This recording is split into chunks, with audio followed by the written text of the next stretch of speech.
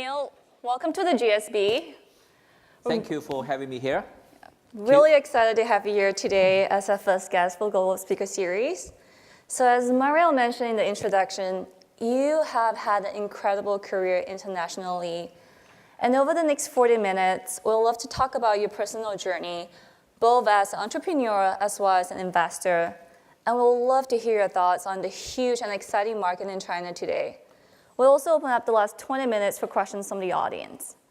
Sure. So to get us started, so Neil, you grew up in China, and in 1989, you came to the US, initially for a PhD program in math, and you made the decision to do an MBA a year after that. Very validating for all the MBAs here to hear. At that time, we called it MPPM. I was telling people that this is like MBA, and oftentimes need a lot of explanations. Definitely. And you chose to go into banking straight after your MBA. So I'm going to take us to the year 1999. At this point, you've been in banking for 8 years. You're running China capital markets for Deutsche Bank, and you're doing really well in your career. But at this point, you choose to make two pretty big decisions. One, you leave banking to start your own business, and two, you decided to move back to China. Tell us more about your thoughts behind that decision. I think I can talk a little bit sort of the thoughts prior to my decision to go back to China start C-trip. I think, as someone who left China after 4 years of college, you always want to do something for China or around China. Obviously, upon graduation from Jiao Tong, probably the best choice for me at the time is, go to US and study. But while I was in New York, I always thinking, can I do something? Can I leverage my China experience or background? 1992, 1994, there is an opportunity that you can go back to China and be part of the so-called capital markets efforts, right?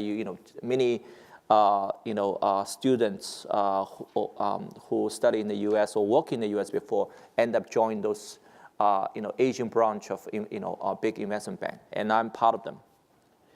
And you get very excited because when you go back, you see how much China has been changed from the 1980s, against the time when I left China.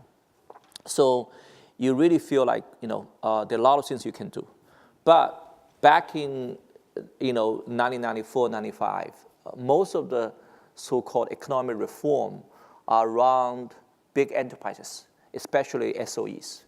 What really actually have changed is toward the end of 1990, the 1990s, when private enterprises come to become one of the major force in the whole economic development.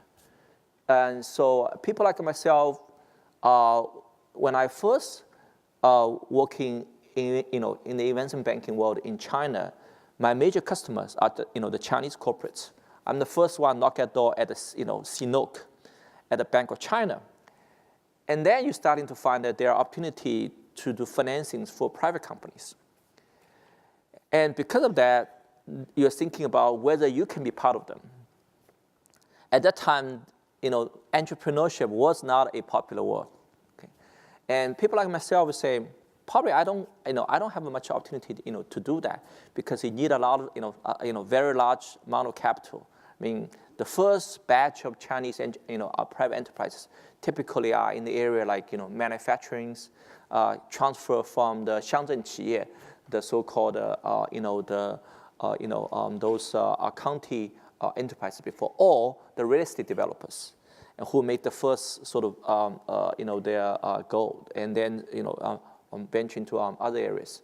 But for people like myself who has not, do not have a lot of capital, there's not much, really I can do until internet come to play. And I have to thank, US for giving me the inspiration. I came to Silicon Valley very often because I have a lot of classmates working in different tech firms here. From 1998 all the way to 2000, each time when I came, I noticed the big changes because many of those who work at Oracle, SAP, IBM, before, has switched to internet jobs. And when I walking through, all those, drive-through, 101, you see the big billboard change from advertisement from big companies to internet companies. So you see the internet is really changing how people live and work here in US. And naturally, you will think, well, if this is going to be the case in US, it should happen in China. So I have to say the first batch of internet entrepreneur in China, whether it's Baidu or Tencent or Ctrip, all get inspired because these successful models in the US. And we know we can do similarly like our US counterparts. Basically, not a lot of capital yourself, but you can use venture capital to help you, to grow your business. So, my first venture, Ctrip, is exactly follow that, route. Expedia was doing very good, and we think, well, if Expedia could change the travel industry so much in US, why not in China? So that's how I started, Ctrip in 1999. Frankly, it's a very difficult decision. If I'm a software engineer, it's probably a natural extension of my previous professions. But I was a banker, right? A banker provides advice to the corporates and on merger acquisitions, debt financings, IPOs, and I changed my role completely to something very, very new to me, right? And it was a very big venture for me. And the only thing I'm comfortable is that I know if I'm not successful, I can always go back. Because if Deutsche Bank do not hire me, there's someone else going to hire me. Look back is actually not very good, mentality, because when you do entrepreneurship, you better be so determined that you will make it successful, not just to hoping that one day you're going to go back. You should not leave yourself any other possibilities. But that's how I started. I do know I have possibilities. If I can be successful, and I clearly understand there's a good chance that I might not, I can go back and maybe another bank can hire me. When I really get involved with a startup, you don't have time to think about anything because you want to survive and you want to do well. And every day you are just so heavily engaged with your, surviving, efforts. Indeed, I would say in the first 2 years, you try to find your business model and you work day and night. You don't have time even to think about where's my, other alternatives. You don't. Yeah. I actually just tell you guys, a little story.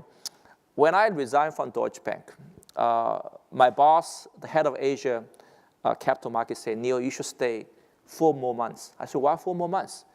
Because euro is just created, around that time, and the euro was introduced as a major currency. I was a fixed income banker, and I have been covered Ministry of Finance of China for many years, and Ministry of Finance has a plan to go to Europe to actually launch its first Eurobond. So my boss told me, look, you have been covered accounts for so many years. It's your pride to actually launch a Eurobond for Ministry of Finance. And this is your country. You'll be so proud of doing that. Just wait for 4 months. And I checked with my partners, and they said, Neil, you can't wait for 4 months. Entrepreneurship is about speed. Another 4 months, you don't know what's going to happen. So I decided to quit in November, December, instead of wait until the spring in 2000. Interestingly, I never regret that decision because that Eurobond was not launched until year 2003. Euro was not doing well, as you guys all know, right? And the euro coming down, and the Ministry of Finance said, no, I don't want to do it. So they wait until 2003 to actually launch the Eurobond. So I go back to tell my boss, later become an independent director of Ctrip. I said, look, if I wait for 4 months, I'm going to wait for another 10 months, and maybe 2 years, and there'll never be a Ctrip. So if you like to do something, and if you really feel like there's something calling you inside, you better do it right away. And that's all about entrepreneurship. So while you said that you could always go back to banking if you weren't doing well, well, you were doing very well with C-Trip. You started in 1999, and just 4 years, before the Euro bond was launched, you brought it public, listed on NASDAQ. And what's amazing is that's not even the only company you founded successfully in that period. In 2002, you founded Home-Inns, now one of the largest hotel chains in China. You're in more than 300 cities, close to 3,000 hotel chains, and also 4 years listed on NASDAQ. How do you do it? What do you think has contributed to your success as an entrepreneur? I think it's very importantly that once you get into the business, you are able to really understand that sector very well instead of just looking at your own business and say, I'm doing my daily execution. So at a C-Trip, it's really a very eye-open opportunity for me for the whole hospitality industry. You realize, the Chinese travel agencies are so backward in terms of their IT systems. And there's so much middleman involved in bringing a customer, whether it's business or leisure, to the ultimate destinations. There's so much you can do. Obviously, as a company, you can't just run just one issue, but you do, get to know a lot about the whole, industry. One thing which we noticed when I working at a C-Trip is our upstream, so-called, the hotel industry itself is very, very underdeveloped. For example, there's many so-called, business hotel or economic hotel chains in the U.S. But in China, back in 2002 and 2003, there's almost none. It actually shocks me that there's no such hotel which catering to a specific needs. And when we launched Home-Inns, initially I was a little bit concerned how big a company could be, because each hotel is small, 100 rooms, 150 rooms, and how big a company this could become, or whether China is ready. But again, I got inspiration from U.S. I remember I was in Dallas visiting a few travel service company, because that was the hub of many U.S. Travel service companies. And I arrived at the airport. I rent a car, drive from the airport all the way to downtown. It was like nighttime, around 9 p.m., whatever. And during that 20 to 30 minutes drive, I observed there's about 15 names, different names of budget hotels or economy hotel chain, from Red Roof all the way to Motel 6, whatever. And the total number of hotels I counted around 25. So from Dallas, from suburban airport to the city, you can have 25 hotels. So I say, well, market size is not a problem for China now. But indeed, I never imagined we can have 3,000 hotels in China, by Home-Inns.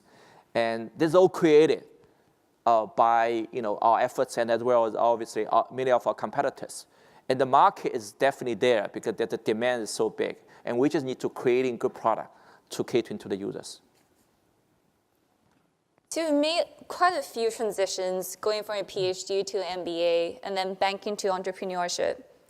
In 2005, you make yet another big decision, going from being an entrepreneur to becoming the entrepreneur behind entrepreneurs.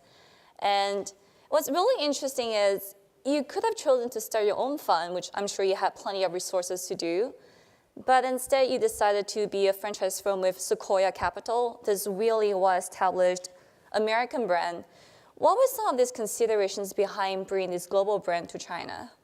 Well, I think, first of all, if you look at my career from PhD program, I never get a PhD, to MBAs, or not MBA, MPPMs, and to banking, etc.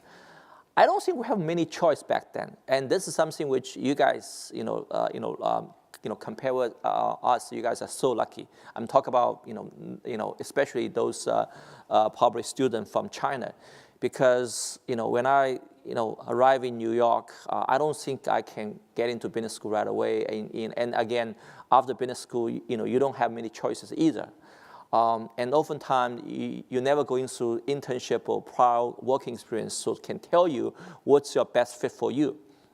But what actually drives me to make those choices is that you see the great opportunity, and also you go with the whole trend. And the last 20, 30 years, the big trend is that you think that China is going to become, a global economy, a powerhouse. And if you believe in that, and in a poker term, you call it, if you're all in China, you are largely doing well. And I guess that's probably going to be the case for the next 10, 20 years. If you, so-called 看多, or if you be long China, or even more so, you are, all in China, you're likely to do well. And coming back to doing, venture capital, I always think that probably the best fit for me after spending 7 years as a banker and then another 6 years as an entrepreneur is getting to an investment field, because you can leverage your experience both as a financier as well as an entrepreneur. So that's something which I think probably fit me very well. Clearly, I never planned that. I never get into the bank and say, hey, one day I do some entrepreneurship and then I can best fit myself as a venture capitalist. I never do that. Same when I started C-Trip, I always want to survive and make C-Trip a great company. Never think that, okay, this experience can position myself, be a good venture capitalist, sometime down the road. Now, I can do a fund myself. Indeed, I make some personal investment while at C-Trip, and some of those are very successful, like Focus Media, eHouse. But I was thinking how I can sort of best leverage my experience, at the same time can really make an investment and have a big impact on the whole, so-called new economy. You can set up a fund myself, but I think it's going to grow probably not as fast compared with setting up something with Sequoia. And also, I feel like I really want to learn from what a firm like Sequoia has been accumulated in the last 40 years. In Silicon Valley, there's many firms has been active in the investment space, but Sequoia has been obviously they're the longest and still probably the best, or if not or I would say at least one of the best. So I was very intrigued how they can do that, one generation after another. So to me, to raise money to make investment is probably not the most difficult thing, but the most sort of challenging thing is how to make a sustainable business. To me, I think Sequoia China is just another venture. If you want to make one or two good investment, that's an easy job. But how you can build a team and how to make a sustainable business, just like what I did at C-Trip, I think that's a very, very different thing. And today, look back after 10 years, I'm very happy the choice I made, because at our 10-year anniversary, we have a long list of entrepreneurs which become Sequoia portfolio CEOs. But more importantly, from 10 years ago, a 3-person, 4-person team, today we have 12 partners, and we have covered some of the most important sectors in China and become investor in many of the leading companies. And that's something which probably difficult to achieve just with one man's efforts or with Shen brands. So on that topic, Sequoia Capital in China for the last 10 years has a phenomenal track record. You've pretty much put money in all of China's biggest unicorns, Alibaba, JD.com, VIP Shop. People call you China's Midas. You turn stone into gold. What do you think makes you so successful as an investor, especially in China? What's your secret sauce? Well, I think this venture capital investment is a profession always has regret. clearly we have a lot of very successful companies, but obviously we also have a lot of regrets and frankly, mistakes.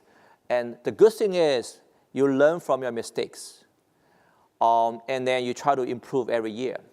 The other thing very, very important is when you look at the Sequoia, US, they have 40-year history. They have a long list of success, Oracle, Cisco, Apple, and then Google, and et cetera, et cetera.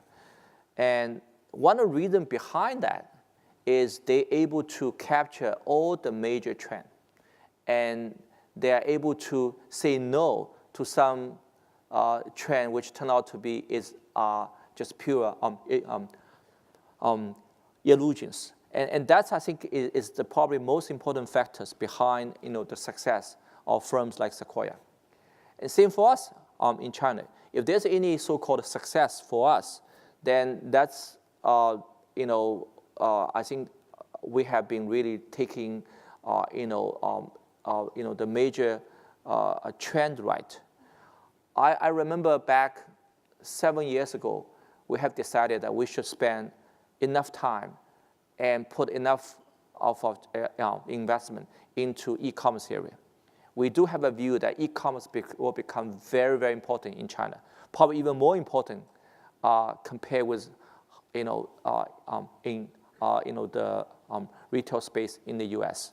So we invest probably around 15 e-commerce companies in China.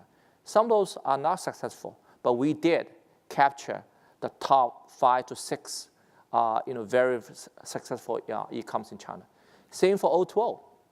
Offline to online is not a big space in the US, but it was a big space, and it continued to be a very important space for China. We think this is a very important area for us, and we did a lot of research back 4 or 5 years ago. We invest probably around, again, 12 to 15 companies, and we happen to capture the very top 4 companies, from Meituan to Dianping to Ele.me to Dada. And that's the way I think, I think probably, good firms should make investment.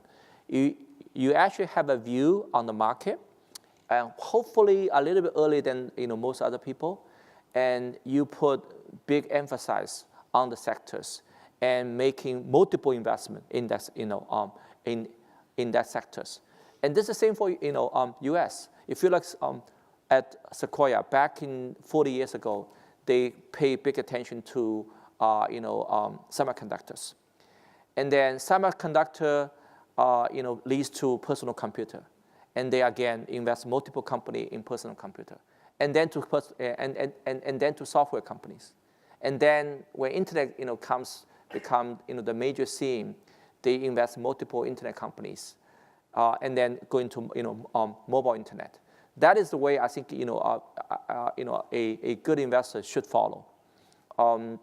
There's nothing magic about it. There's always something which you will miss, because of judgment on person, or judgment on a particular business model. But that's okay. You always will make mistake. But as long as you capture all the major trends, you'll be doing very, very fine. And sometimes it will including to say no to some sectors. I remember 7, 8 years ago, clean tech is a buzzword, both here in the US as well as in China. And luckily, our US partners as well as our China partners decided this is not a big area. Fundamentally, it's not easy to creating large market caps by investing venture capital or even private equities into the sectors. Indeed, after 10 years, anyone can remember what are the top multi-billion-dollar company out of the space? Nothing, right? And avoid those sort of pitfalls is again very, very important, because there are certain firms spend 1/3 of their time and money into the space, and they end up finding this is actually not much there. And this is and I think this is probably the most important efforts and judgmental calls. Coming down to companies, you always will make mistake. I remember when we look at the video space back 9 years ago. We actually like the space, and we actually put a lot of efforts on it. And U.S. Sequoia has invested in YouTube, very successful. We picked the number 3 player in that space, and end up it's just a small game for us. And these things will happen all the time because you may not be do all right for judging a particular entrepreneur. In that particular case, the company's founder was not very good at the marketing, and happened to be that the marketing is the key efforts for a video sharing companies. And sometimes you get lucky, like in our case, VIP Shop or JD, or recent case like a Meituan Dianping. But the big trend is a lot more important to calling right on one particular company. So what do you think are some of these major trends going forward? What excites you about China today? I think every couple of years there's always some technology breakthroughs. And the last 5 years in the US, the big theme is big data, SaaS enterprises. And it's not a big thing in China yet, but I think it's becoming increasingly important.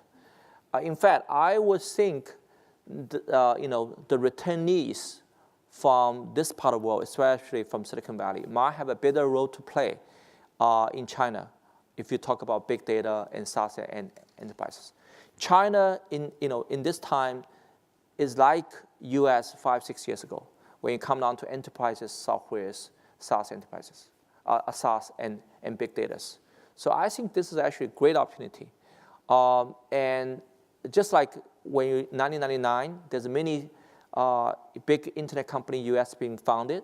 China, there's very few areas has been covered, and this is very much comparable. And when you come down to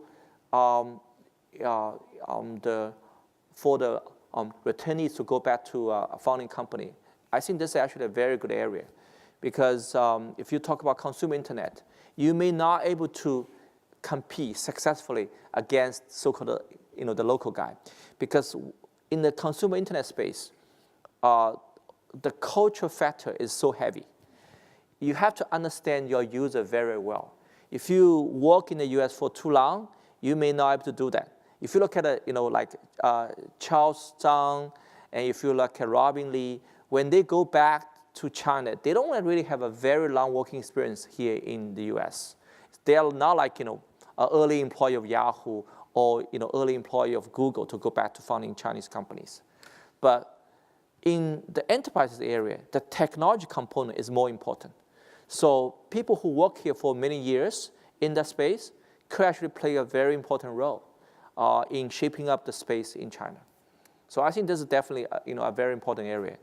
The other important area is so-called robotics or artificial AI areas. Again, in that area, there are many U.S. companies ahead of China, but China started to see some local born companies which had developing its own technology. Company like DJI, right? Definitely the #1 player in the drone space. And so I think we probably see some interesting dynamics. Even some of the Chinese company will doing better than some of the U.S. company addressing those major trends.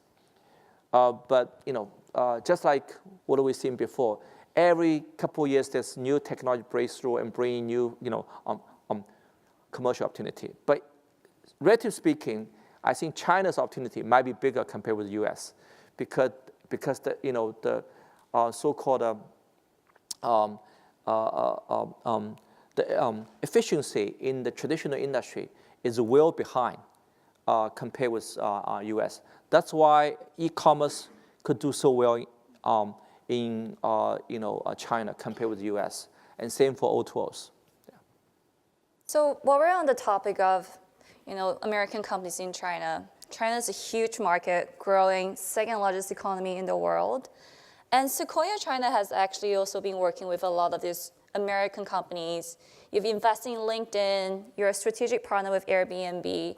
So for you, what do you think are some of these biggest opportunities and especially challenges for American companies entering China, and what's Sequoia's role in helping them navigate this? If you're looking at global companies, especially US company coming to China, I think in the first 30 years, 40 years, when China opened door, many US companies have been very successful because the technology is just so advanced that when you come to China, there's no competitions. Like when GM come to China, people love it, even though GM may not be the best mobile or automobile company in the world, right? And there's a lot of joint venture get set up. So at that time, the key word in the joint venture is use technology to gain market share, right? 用技术换市场. So whether it's European players or American players, oftentimes set up their own subsidiaries or set up a joint venture in China, and they could do very well against the competition, either against the private company or against the state-owned enterprises. But things have been really changed. Many sectors today, the private companies in China and state-owned enterprises in China are very competitive. They have learned, they have developed in their own R&D, and they can really compete very effectively with you, right? When P&G goes to China, when GM goes to China back 30 years ago, they dominate certain space. Today, they have to compete fiercely with many local players. So one of the idea here is that if a US company comes to China, just copy what they have been done in US, it may not be that effective anymore.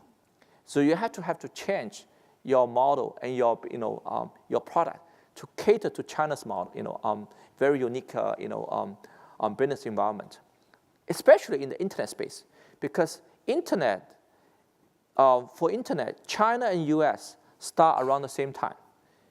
For some business model, China even advanced compared with US. For example, Tencent, today clearly much better than some of those social network companies in China.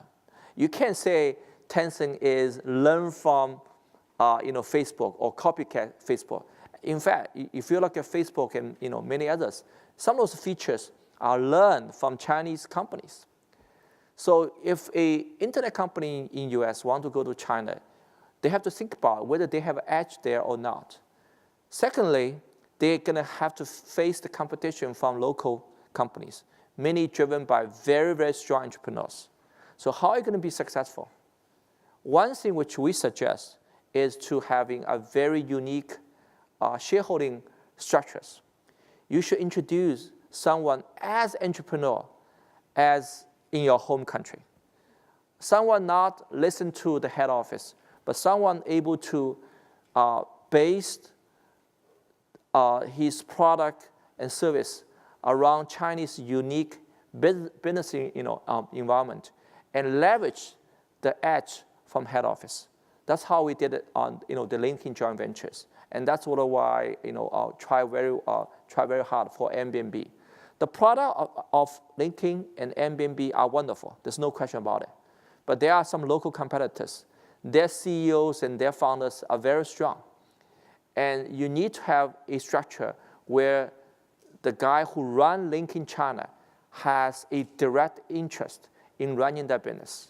So the management team need to be compensated properly and not just compensated at the head office. And I think that that's probably the best way for a U.S. company to compete and do well in China. In fact, if a Chinese company comes to Silicon Valley, they should do the same thing, right? If they send something from someone from head office and try to compete with local company here in U.S., I don't think they have a chance. But they have to hire the best talent in Silicon Valley and give them enough economic interest. Let them run the show, and then leverage the back end from China. And then you might have a chance to competing locally. I think it is the model moving forward, applicable for both US company as well for Chinese companies. So that's how we actually bring LinkedIn to China, and that's how we bring Airbnb to China. And I think this is probably a model that we'll see if that fits for many other US companies, even though they are already very, very successful here in US. And as the business partner what we bring to the table is that we're helping to get the best team, and also to put all resources behind it, and to make sure that you have the right partners for your efforts. And actually, it's not easy to find such so-called local CEOs, because he needs to be very entrepreneurial, as I mentioned. At the same time, he had to understand how to working with a large organizations, because you do want to leverage your head office, some of the existing technology infrastructures, and someone who know how to make sure the respective department within your head office can work with you very closely. So it's difficult to find this type of talent, but it's a tough job, and we have been trying very hard, and so far that we have been quite successful with LinkedIn, and hopefully we can extend it to other U.S. companies. Definitely want to stay in Airbnbs in China.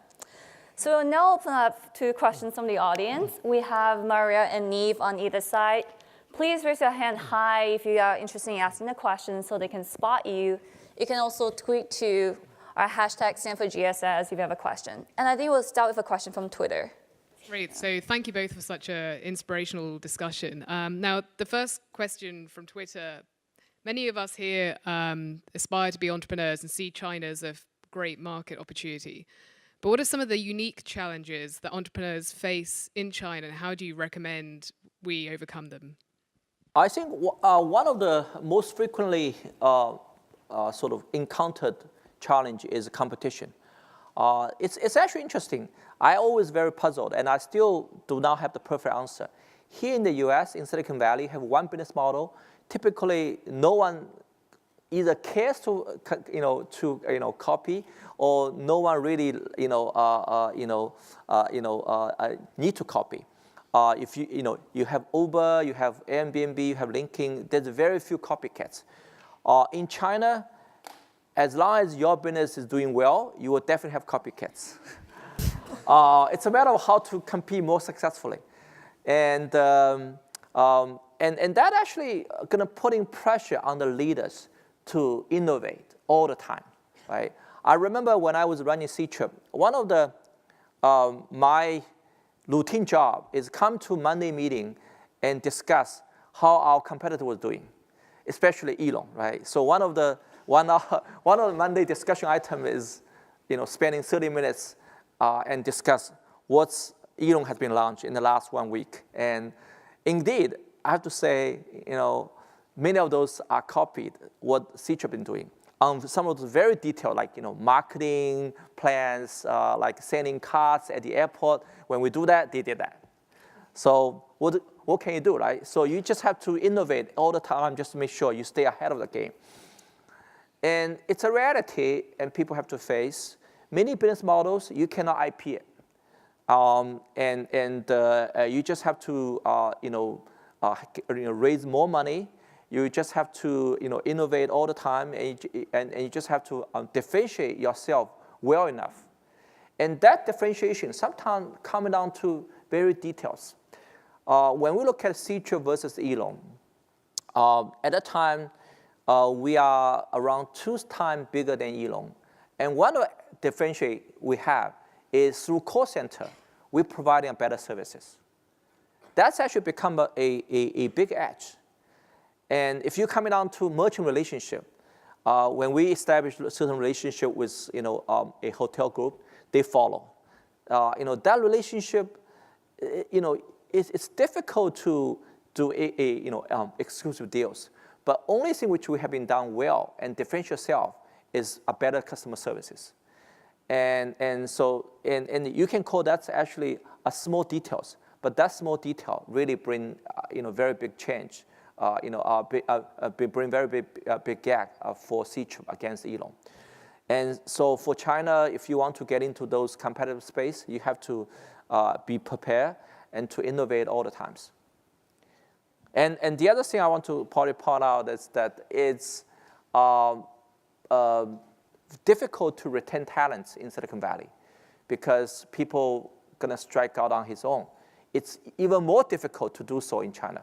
If you're looking at a turnover rate at the major internet companies, in China, it's actually higher, a lot higher compared with US companies. Many companies feel like, many senior executives feel like, to do startup today, the environment is so good.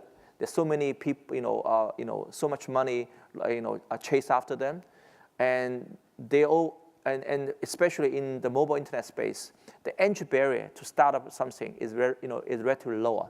So we do see people willing to consider do something on his own instead of staying with a large company. And so I think that's a challenge, that how to retain people. And obviously, compensation is one way, ESOP, et cetera. But also to build a very strong culture to make sure that your top people could stay. Well, thank you for sharing with us. I'm Cao Bing, MBA 1. So I'm really curious to see how you can evaluate a company with a trend that is kind of uncertain. So earlier you mentioned that big data is one of the trends. And within big data, there's going to be a lot of different sectors, medicine, education, you name it. Can you maybe walk through us, share some insights on how you would actually have a quantifiable metrics within those big data sectors to determine which one would be potentially successful? I think there's a few common checking point we will look at when we're looking at any startup. This is the same whether it's consumer internet or whether it's SaaS enterprise. One is obviously the background of the team, whether it actually fit for that type of entrepreneurship. For example, if it's e-commerce, I'll be very eager to know whether he has consumer retail experience, whether he has supply chain experience.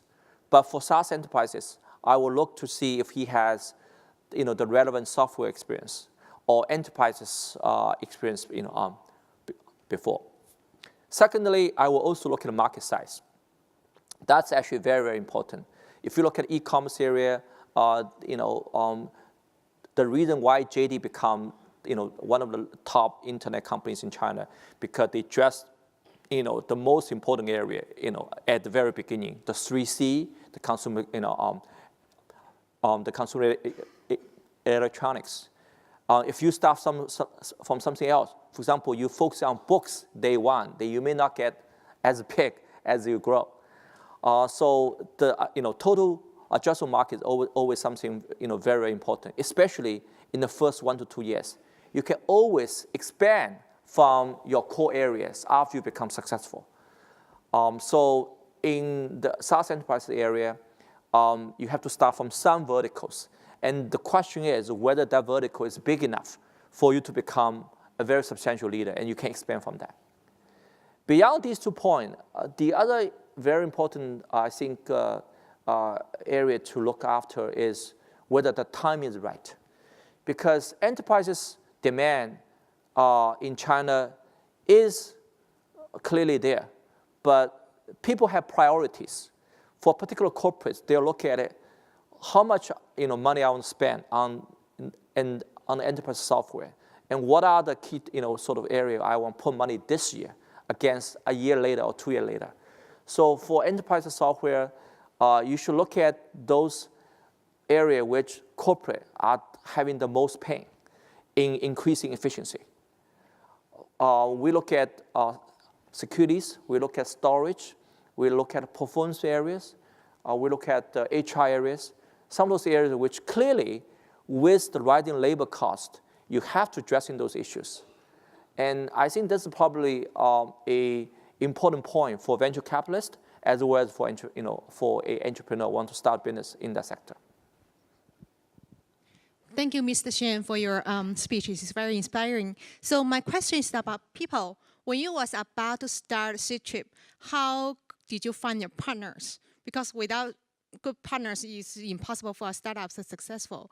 And same as here, like now, if we want to build up a startup in China, what's the most effective way to find the perfect partners? Thank you. It's difficult to find perfect partners, but as long as you find good partners, that's okay. When I look at many startups, when they walked into our conference room to present, to be honest, most of the team at the so-called angel stage or series stage do not have a complete team. but you need to have some core team member and addressing the major needs. In the C-Trip days, we have myself and James and Chichi. Frankly, it's a little bit crowded team, right? We got 3 guys already have a lot of experience in different business segments. But even with that 3 people, we decided to find Fanming, who has worked at the travel industry for many years. Because we do realize online travel is about internet, but at the same time, it's about travel.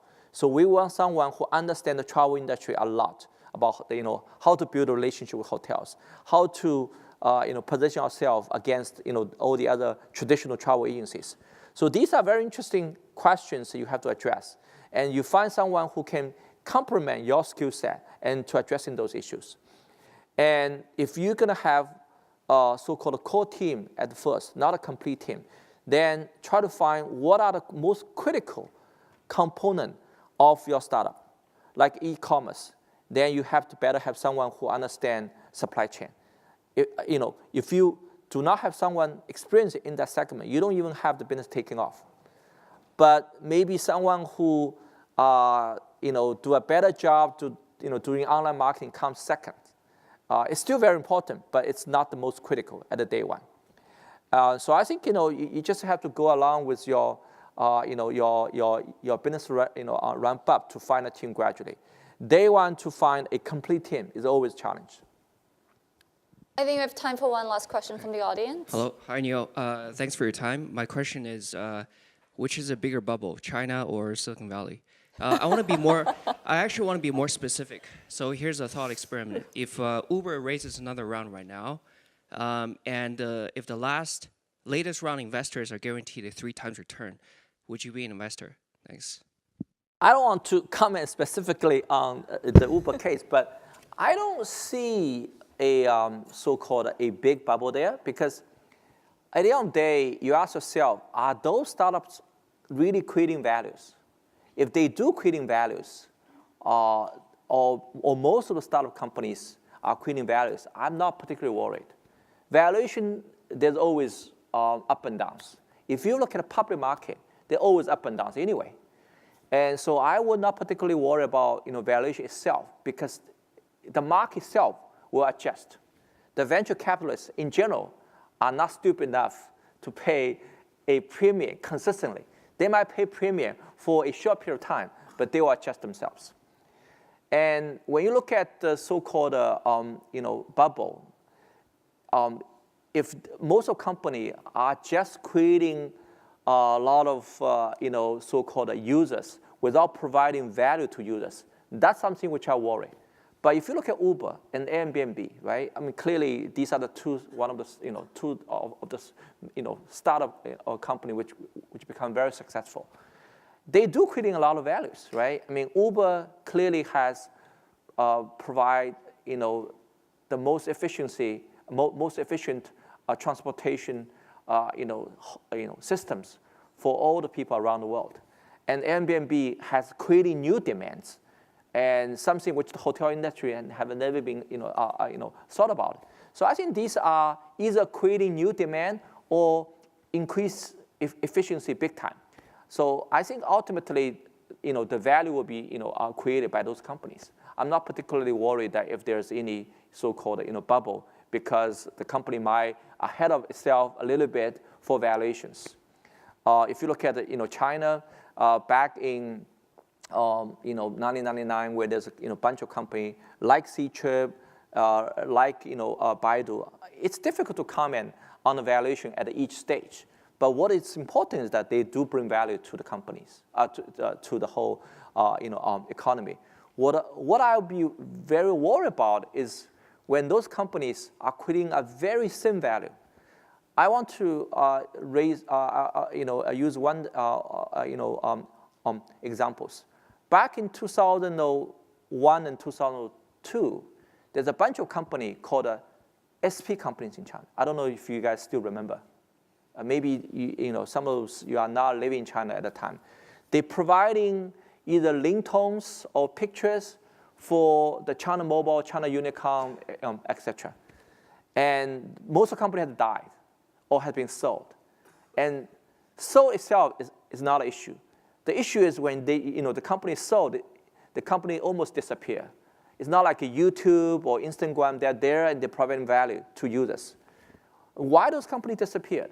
At one point, they're very, very profitable because they charge a part of the, they charge user fees through China Mobile and China Unicom. And it could be very, very profitable because the value creating is just so thin. People do not need that middleman. China Mobile can do it themselves after they figure it out. So that's why I was worried, that's the real bubble. If you talk about the bubble in the last 10, 15 years in China, those SP company as a whole is a bubble. And if we can avoid that, I think the overall startup environment is reasonably healthy. Great. Well, before we end, Neil, one last question. So as a really successful entrepreneur yourself and now being the entrepreneur behind entrepreneurs, what advice would you have for aspiring entrepreneurs here in the audience as they look to build something new? I think you have to go with your heart. It's difficult to make a perfect choice. And at least in my cases, that each time when I make a choice, I say, one, whether this go with a big trend. Secondly, probably more important, which is something you really like it to do, right? When I was working at a Deutsche Bank in the last a year or so in 1999, I really was excited by the internet development in China. I really want to do something. If I'm not going to do C-chip, I will do something else. But C-chip itself fits me well because I love travel. At the same time, I think internet can change people's life in China. So you have to really love what you do. Otherwise, it's going to be difficult to sustain. If you just think this is just a big trend, but that's something which you don't like or you don't know whether you like it or not, then if you work there for 6 months and 12 months, you probably feel like, oh, I want to jump to the next trend. I do notice there are some entrepreneurs like that.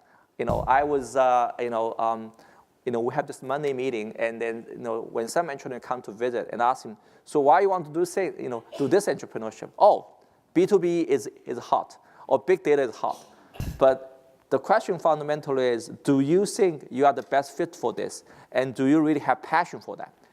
And that's a question you should ask yourself. And no matter what other people's interest, you should find your interest and follow your heart and find the stuff you are passionate about it and do it. All right. Thank you so much, Neil. Real pleasure having you here today.